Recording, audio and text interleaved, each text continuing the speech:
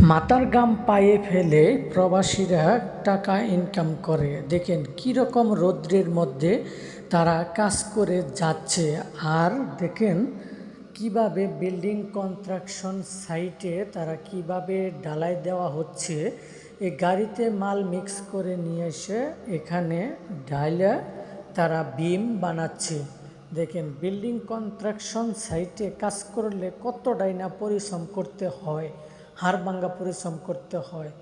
দেখেন এই কষ্টটা করে তারপরে মাস শেষে টাকা পায়, সেই টাকায় কিন্তু আমাদের বাংলাদেশে দেওয়া হয়। আসলে বাংলাদেশের মানুষ এতটাই বুঝে না যে কি পরিশ্রম করে যে টাকাটা দিয়েছে সেটা কিন্তু তারা বুঝতে চায় না। তারা কিন্তু দুই হাত দিয়ে টাকা ভাঙতে একটু দেরি করে না।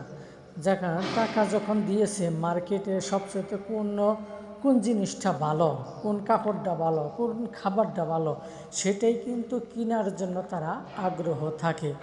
আর প্রবাসী যে এই যে কষ্ট করে হাড়ভাঙ্গা পরিশ্রম করে টাকা ইনকাম করে দিল, আর দেশের মানুষ কিন্তু অনায়াসে দেখা যাচ্ছে তারা খেয়ে দুই হাত দিয়ে উড়ে শেষ করে দিল।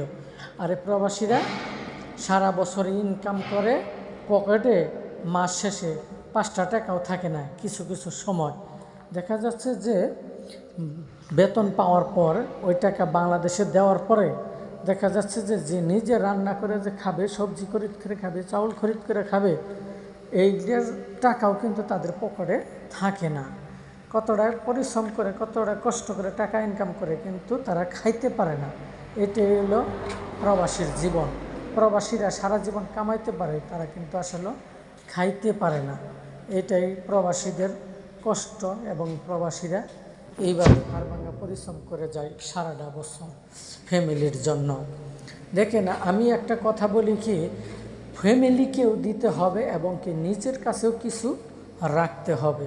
এমনভাবে রাখবেন যে প্রতি মাসেই 200-400 রিঙ্গিত মালয়েশিয়ার আপনার ব্যাংকের অ্যাকাউন্টে রাখার জন্য চেষ্টা করবেন সব সময়।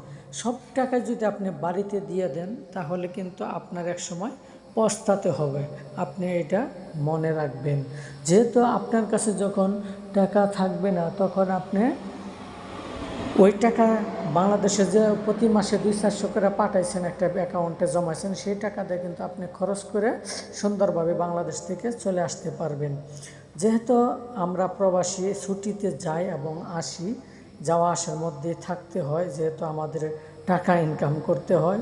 যা হোক, আমার এই ভিডিওটা ভালো লাগলে অবশ্যই একটা লাইক, কমেন্ট, শেয়ার করার জন্য চেষ্টা করবেন।